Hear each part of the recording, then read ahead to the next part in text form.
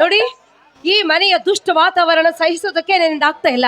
ಎರಡರಲ್ಲೊಂದು ತೀರ್ಮಾನ ಆಗ್ಲೇಬೇಕು.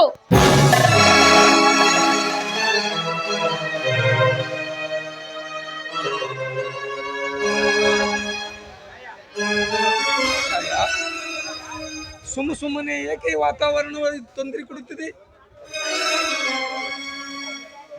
ಅಂದ್ರೆ ನಿಮ್ಮ ತಂದೆ ತಾಯಿ ಎಲ್ಲರೂ ನಿಮ್ ದೃಷ್ಟಿಯಲ್ಲಿ ಒಳ್ಳೆಯವರಾದ್ರೆ ನಾನೊಬ್ಬಳೆ ಕೆಟ್ಟವಳಂತ ಆಯ್ತಲ್ಲ. ನೀವು ಹೀಗೆ ಹೇಳ್ತೀರಾ ಅಂತ ನನಗೆ ಚೆನ್ನಾಗಿ ಗೊತ್ತಿತ್ತು ರೀ. ಹಾವು ತನ್ನ ಹುತ್ತದ ಕಡೆಗಲ್ದೆ ಬೇರೆ ಕಡೆ ಜಾರೋದಕ್ಕೆ ಹೇಗ್ ಸಾಧ್ಯ? ನಮ್ಮಪ್ಪನ ಮಾತು ಕೇಳಿ ನಿಮ್ಮನ್ನ ಮದುವೆ ಆಗಿದ್ದು ನನ್ನ ತಪ್ಪು. ಈಗಲಾದ್ರೂ ಏನಾಯ್ತು, ನನ್ನ ತವ್ರ ಮನೆ ಕಳಿಸ್ಕೊಟ್ಬಿಡಿ. ಅಂದ್ರೆ ನೀವೇ ತಂದೆ ತಾಯಿ ಬಂಧು ಬಳಗ ಸುಖವಾಗಿರಿ. ಇದೇ ಆಫೀಸಿನಲ್ಲಿ ದುಡಿದು ಹಣ್ಣಾಗಿ ಮನೆಗೆ ಬಂದರೆ ಇದು ಸರಿ ಕಾಣಿಸ್ತದೇನು? ಸುಮ್ಮನೆ ನನ್ನ ತಲೆ ಕೆಡಿಸಬೇಡ. ಅಲ್ಲ ರೀ, ನಿಮ್ಮ ಒಬ್ಬರ ಆಜ್ಞೆ ಪಾಲಿಸೋದಕ್ಕೆ ನಾನು ರೆಡಿ ಇದ್ದೀನಿ. ಆದ್ರೆ ಈ ಮನೆಯ ಕಿರಿಯರೆಲ್ಲ ಹೇಳದಂತೆ ಕೇಳ್ಕೊಂಡು ಬಿದ್ದಿರೋದಕ್ಕೆ ನಾನೇ ನಿಮ್ಮ ಮನೆಗೆ ದಾಸಿಯಾಗಿ ಬಂದಿಲ್ಲ ರೀ.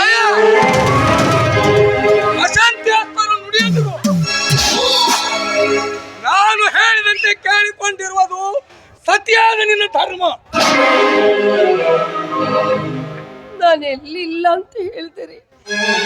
ನಿಮ್ಮೊಬ್ಬರ ಮಾತನ್ನ ನಾನು ಕೇಳ್ತೀನಿ. ಆದ್ರೆ ಈ ಮನೇಲಿ ಇದ್ದವ್ರು ಬಿದ್ದವರೆಲ್ಲ ಹೇಳಿದಂತೆ ಕೇಳಿದಕ್ಕೆ ನಾನೇನ್ ದಾಸಿನ ಈ ಮನೆಗೆ? ನಮ್ಮಪ್ಪ ದೊಡ್ಡ ಶ್ರೀಮಂತರು, ನನ್ನ ಮಹಾರಾಣಿತೆ ನೋಡ್ಕೊಂಡು ಹೋಗುತ್ತಾ ಸಾಕಷ್ಟು ಮನೆಗಳು ನಾನು ದೊರಿಬಹುದಾಗಿತ್ತು. ಆದ್ರೆ ಗುಣವಂತರು ಅಂತ ನಿಮ್ಮಂತ ಭಿಕಾರಿಗಳ ಮನೆ ಛಾಯಾ, ಇದೇ ಮನೆಯಲ್ಲಿ ಹುಟ್ಟಿ ಬೆಳೆದ ನಾನು. ನನ್ನ ಮನೆಯವರ ಗುಣಗಳು ನಾನು ಕೊಟ್ಟಿದ್ದೆ. ನೋಡು, ನಾಲಿಗೆ ಸ್ವಲ್ಪ ಹಿಡಿತಿನಲ್ಲಿ ಇಟ್ಟು ಮಾತನಾಡು.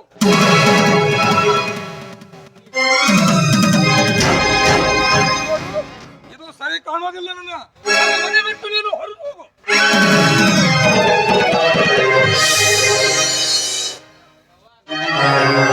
ದಿಲೀಪ, ಏನಾಗಿದ್ಯೋ ನಿನಗೆ? ಹೀಗೇಕೆ ಮಾಡ್ತಾ ಇದೀಯಾ? ಭೂತ ಬಡ್ದವನಂತೆ ಏನಾಗಿದೆಯೋ ನಿನಗೆ? ಆಗುವುದೆಲ್ಲ ಆಗಿ ಹೋಗಿದೆ ಅಮ್ಮ. ದಿಲೀಪ್, ಯಾರಿಗೆ ಏನು ಮಾತಾಡ್ತೀಯ ಅನ್ನೋದು ನಿನಗೂ ಜರ ಖಬರ್ ಇದೆಯೇನೋ? ಕುಡಿದು ಬಂದವರಂತೆ ಚೀರ್ತಾ ಇದೆಯಲ್ಲ, ಮೈ ಮೇಲೆ ಎತ್ತರಿದೇನೋ ಕತ್ತೆ.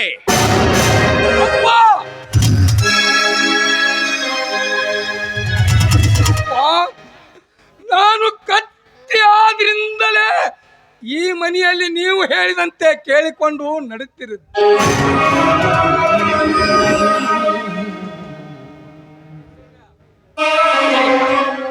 ಏನಾಗಿದೆ ಅಂತ ಈ ರೀತಿ ಎಲ್ಲ ಮಾತನಾಡ್ತಾ ಇದೀಯಾ? ಹೆತ್ತವರಿಗೆ ಮಾತನಾಡಬೇಕಾದ್ರೆ ಸ್ವಲ್ಪ ಮೈ ಮೇಲೆ ಎಚ್ಚರವಿರಲಿ. ಹೆತ್ತವರಿಗೆ ಈ ರೀತಿ ಮನನೊಯ್ದು ಮಾತಾಡುವುದು ಒಳ್ಳೇದಲ್ವಪ್ಪ. ಈ ಮನೆಯಲ್ಲಿ ಒಂದು ನರಪಿಳ್ಳೆ ಸಹಿತ ನಿನ್ನ ಹೆಂಡತಿಗೆ ಎದುರಾಡೋದಿಲ್ಲ. ಬೇಕಿದ್ರೆ ಕೇಳಿ ನೋಡಪ್ಪ ಛಾಯಾನ. ನನ್ನನ್ನು ಯಾಕಮ್ಮ ಕೇಳ್ತಾರೆ? ನನ್ನನ್ನು ಯಾಕೆ ಕೇಳ್ತಾರೆ? ನಾನೇನ್ ಆಗ್ಬೇಕಾಗಿದ್ದೀನಿ ಇವರಿಗೆ? ನನಗೆ ಕೇಳಿದ್ರೆ ಏನು ಅರ್ಥ ಆಗಲ್ಲ ಇವರಿಗೆ. ಬಹುಶಃ ನಿಮ್ಮತ್ತೆ ಅರ್ಥ ಆಗ್ಬೋದು. ನಿಮ್ಮನ್ನ ಕೇಳಿ ತಿಳ್ಕೊಳ್ಳಿ. ನನ್ನ ಕೇಳೋದಕ್ಕೆ ನಾನ್ಯಾರು ಇವರಿಗೆ? ಅಯ್ಯೋ ದೇವರೇ,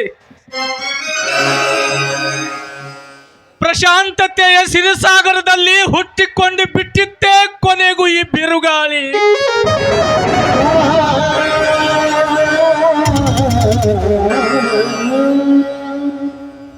ದಿಲೀಪ, ನಿನ್ನ ತಮ್ಮನ ಶಿಕ್ಷಣಕ್ಕಾಗಿ ಹಣ ಸಹಾಯ ಮಾಡ್ತೀನಿ ಅಂತ ಹೇಳಿದ್ದೀಯಲ್ಲೋ?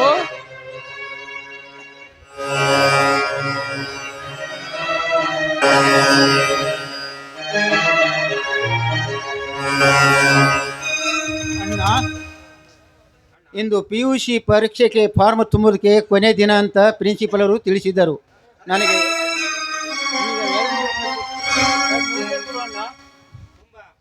ನನಗೆ 2 ರೂಪಾಯಿ ಕೊಡು ಅಣ್ಣ. ಎಂದು ನಾನು ಫಾರ್ಮ್ ತುಂಬಿ ಬರುತ್ತೇನೆ.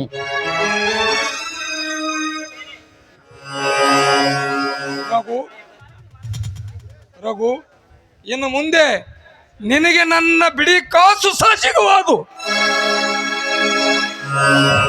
ಹಾಗ ಅನುಬೇಡ ಅಣ್ಣ. ಇನ್ನು ನನ್ನ ಫಾರ್ಮ್ ತುಂಬೋದು ಕೊನೆ ದಿನ.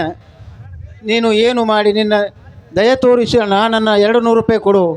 ಏನು ಮಾಡಿ ನಾನು ವರ್ಕ್ಶಾಪಿನ ಕೆಲಸ ಮಾಡಿ ನಿನ್ನ ಹಣವನ್ನು ನಾನು ಋಣಮುಕ್ತನಾಗಿ ಕೂರುತ್ತೇನೆ. ಸುಮ್ಮನೆ ನನ್ನನ್ನು ತಲೆ ಬಿಡಿಸಬೇಡ. ಎಲ್ಲೇ ಕೂಲಿ ಕಟ್ಟ ಮಾಡಿ ನಿನ್ನ ಆಫೀಸ್ ಕೆಲಸಕ್ಕೆ ಸಾಲಿಗೆ ಫೀ ಕಟ್ಟಿಸಿಕೋ. ನನ್ನಿಂದ ಒಂದು ಬೀಡಿ ಕಾಸಿನ ಶುದ್ಧ ಸಹಾಯ ಸಿಗಲಾರದು. ಗ್ರಾಮಗಳಲ್ಲಿ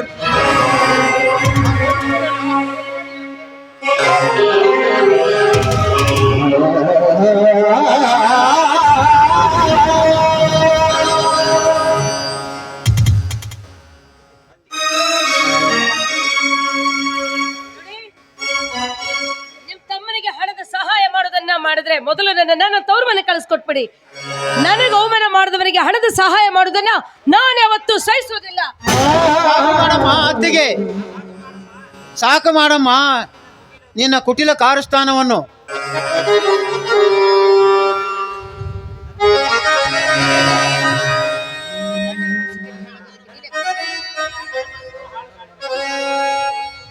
ಸಾಕು ಮಾಡಮ್ಮ ನಿನ್ನ ಕುಟಿಲ ಕಾರಸ್ಥಾನವನ್ನು. ನೀನು ಬಂದ ಮೇಲೆ ನಾವು ಇಬ್ಬರು ಅಣ್ಣ ತಮ್ಮರು ಪ್ರೀತಿಯನ್ನು ಕೆಡಿಸಿದೆ. ನನಗೆ ಇನ್ನು ಗೊತ್ತಾಯಿತು.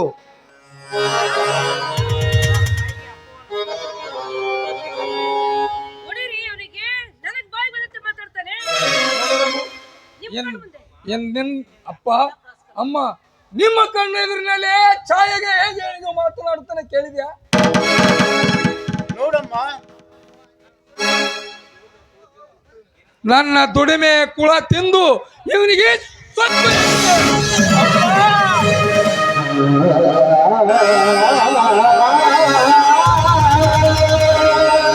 ಹೌದಪ್ಪ, ನಿನ್ನ ದುಡಿಮೆಯ ಕೂಳತಿಂದ ಇವನಿಗೆ ಸೊಕ್ಕ ಬಂದಿದೆ.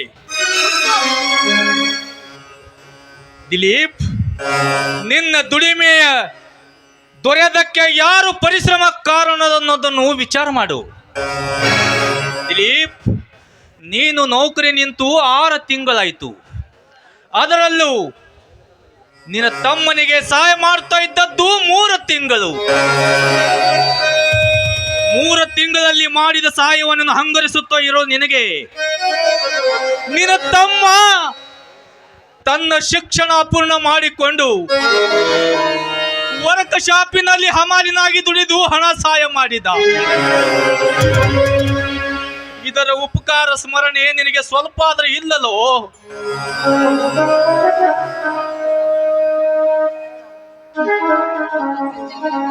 ಛತ್, ನಿನ್ನಂತ ಮಗನು ಹೇಳಕ್ಕೆ ನನಗೆ ನಾಚಿಕೆ ಬರುತ್ತದೆ. ಅಪ್ಪ, ಯಾರಿಗೆ ಏನು ಮಾತನಾಡ್ತಿರುವುದೆಂಬುದು ಹಿರಿಯರಾದ ನೀವೇ ಹೀಗೆ ಮಾತನಾಡ್ತಿದ್ದಾರೆ. ನೀವು ಈ ಮನೆಯಲ್ಲಿ ಹಿರಿಯರಂತ ಹೇಳಿಕೊಳ್ಳಲಿಕ್ಕೆ ನನ್ನ ಮನ ಒಪ್ಪೋದಿಲ್ಲ. ಅಪ್ಪ ದಿಲೀಪ, ನಿನ್ನನ್ನು ಕೊಟ್ಟು ಮಾತು ಜ್ಞಾಪಕ ಇದೆಯೇನಪ್ಪ? ನಿನ್ನ ತಮ್ಮನ ಶಿಕ್ಷಣಕ್ಕಾಗಿ ಹಣದ ಸಹಾಯ ಮಾಡ್ತೀನಿ ಅಂತ ಹೇಳಿದ್ದೆ. ಆಪತ್ಕಾಲದಲ್ಲಿ ಬಂಧುವಾದ ನೀನೇ ಸಹಾಯ ಮಾಡದಿದ್ರೆ ಇನ್ಯಾರು ಸಹಾಯ ಮಾಡ್ತಾರಪ್ಪ? ಅಮ್ಮ, ತಮ್ಮ ಇಂದಿನಿಂದ ನನ್ನ ಕಡುವ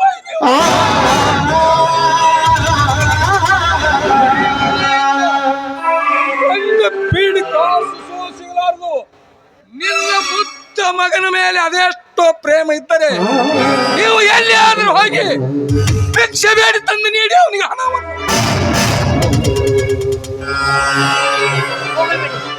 ಯಾಕೆ ಅವ್ರ ಜೊತೆ ಹೋದ್ರೆ ತ್ರಾಸ ಮಾಡ್ಕೋತೀರ? ಇಲ್ಲಿ ಕೇಳ್ರಿ ನನ್ನ ಮಾತನ್ನ.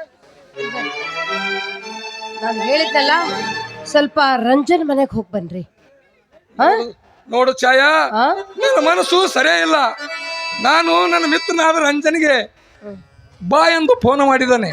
ನಾನು ಸ್ವಲ್ಪ ರಂಜನ ಮನೆಗೆ ಹೋಗಿ ಸ್ವಲ್ಪ ಆರಾಮ ತೆಗೆದುಕೊಂಡು ಬರ್ತೀನಿ. ಅಲ್ಲಿ ಬಿಟ್ಟು ಇಲ್ಲಿ ರೆಸ್ಟ್ ಆಗಲ್ಲ ನಿಮಗೆ, ಅಲ್ಲೇ ರೆಸ್ಟ್ ಆಗೋದು. ಹೋಗ್ರಿ, ನೀವು ಹೇಳ್ತೀನಿ. ನೋಡು, ನಾನು ಬರುವಷ್ಟರಲ್ಲಿ ನೀನು ಜೋಪಾನವಾಗಿ ಇರಬೇಕು. ನಾನ್ ಚುಚ್ಚಿದ್ದೀನಿ, ನಾನೇನು? ಇಲ್ಲಿ ಕೇಳ್ರಿ ಇಲ್ಲಿ.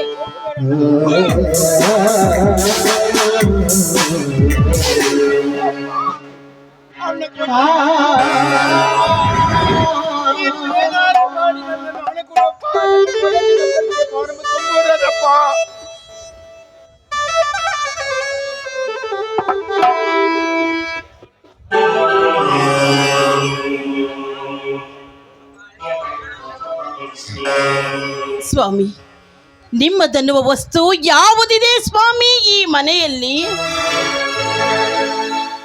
ಯಾವುದಿದೆ ಹೇಳಿ ಸ್ವಾಮಿ, ಹೇಳಿ. ಮಗನ ಶಿಕ್ಷಣವನ್ನ ಹೇಗೆ ಪೂರ್ಣಗೊಳಿಸೋದು?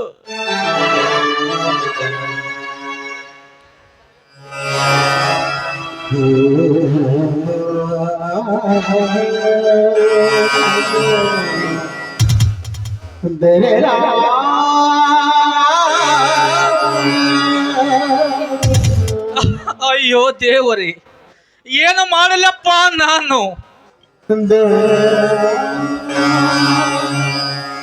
ಇಲ್ಲ, ನನ್ನ ಮಗನ ಶ್ರಮ ನಿರರ್ಥಕವಾಗಬಾರದು.